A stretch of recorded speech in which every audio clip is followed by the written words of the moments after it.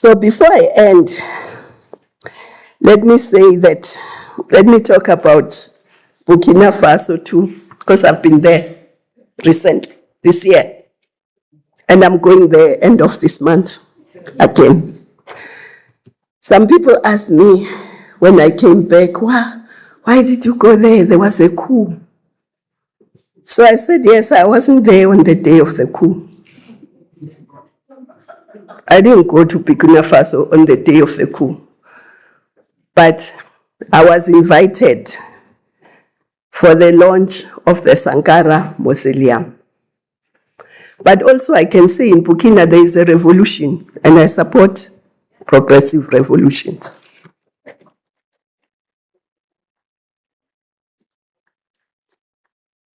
And Sankara was a progressive leader of our continent who was assassinated.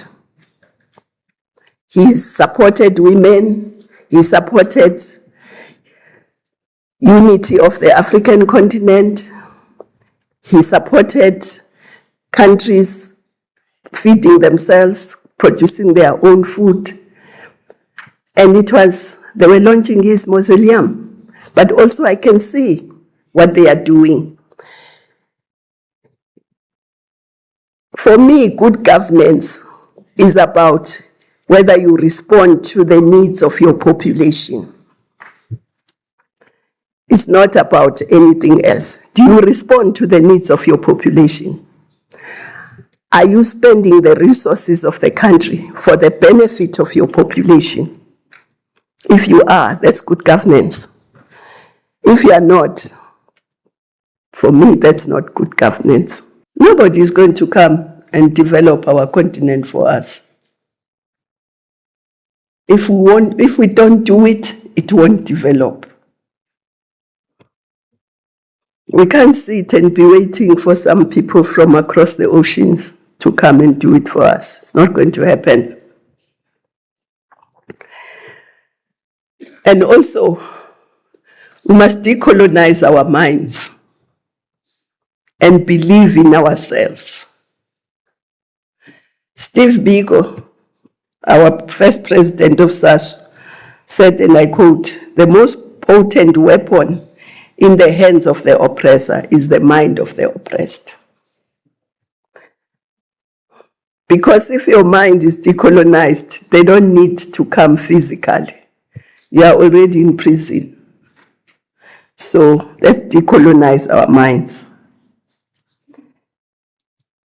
And decolonizing our minds means taking charge of our economies. Why aren't we say Africa is rich in all this? The president was mentioning all the things we are rich in.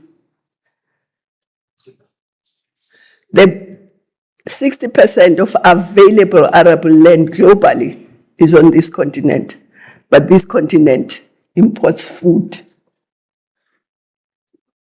We have sunshine more than 300 days a year. We have water.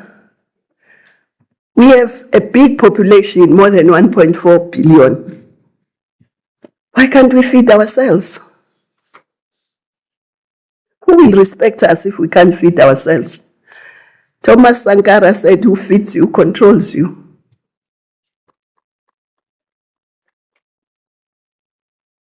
So we must grow our food. We must process our natural resources. Some people boast of importing furniture. They boast, "My furniture is imported from there. Why? We have so much wood. Why do you import furniture? We have people, we have wood. There's no need. We grow cotton. Only 90% of our cotton is exported raw. Why? But we import fabric. And I'm glad Ghana and Cote d'Ivoire are starting to make chocolate because we sell cocoa beans, we get 8 billion around there. But the chocolate industry is more than 100 billion. So let's take charge of our economies. Let's beneficiate our minerals. Why are we sending these minerals raw? Sending minerals raw is exploiting jobs, high-paying jobs. We remain with the mining jobs, but the high-paying jobs are exported to where the minerals will be beneficiated. And exporting something raw, you are exporting revenue, because by the time it comes back to you as finished good, it's probably 10 times or more expensive. So let's wake up. We have everything that everyone who has developed used to develop. The only thing is, must decolonize our minds and not think. You know, I lived in Addis, as you know, and one thing I learned from Addis, maybe it's because they were never colonized, is that they believe in themselves. You know, when they were building the Renaissance Dam that is now giving them the electricity, no investor came to invest. If it was some of us, we would still be waiting for the investors. But they didn't wait. They said, okay, we'll go ahead. The government did not have all the money to build that dam. But what they did, the diaspora contributed, but the citizens, everyone who had an Ethiopian number, and I'm one of them, I had an Ethiopian number for 4.5 years when I was there. You received an SMS every day, sometimes twice a day, sometimes 3 times a day. And when you respond to that SMS, you donate $1 to that dam. Right? The citizens built that dam. They donated every day. And the dam is done now. Because they believed in themselves. Their minds were decolonized. But many of us would still be waiting for the investors to come. We wouldn't be having the electricity they are having because we are still waiting for the investors. So let's not wait. Let's do what we can do for ourselves.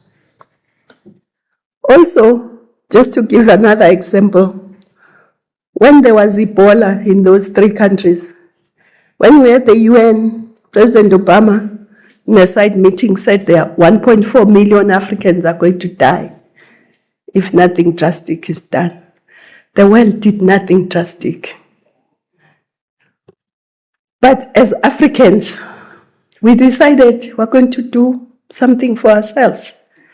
We called for volunteers from different countries to go and work in those countries. And indeed, we got more than 800 volunteers from different countries who went to work there. And we got business, African business, to give us money so that we can look after those people once they are there. And not even 100,000 people died, let alone the 1.4 that was. Some people, international organizations promised us money, it's still coming. So, and I interviewed 2 of the young people who volunteered, because they all came via Addis. We trained them, and then they left. One was from Kenya, and I said, what motivated you to volunteer? And he said, no, I just thought, what if this was happening in Kenya? And people were asked to come and help us, and nobody came. So I decided, no, I must go. And another one said, no, we always talk about Pan-Africanism. I thought this was a way of showing it in practice, and that's why I'm here. So I'm saying, if we put our minds to it, we can do everything on our continent. As long as we include everybody. If we exclude women and youth, forget. It's not going to happen. You can't walk on one leg and think you can compete with people who are walking with two legs. So, for now, I think Burkina is doing well.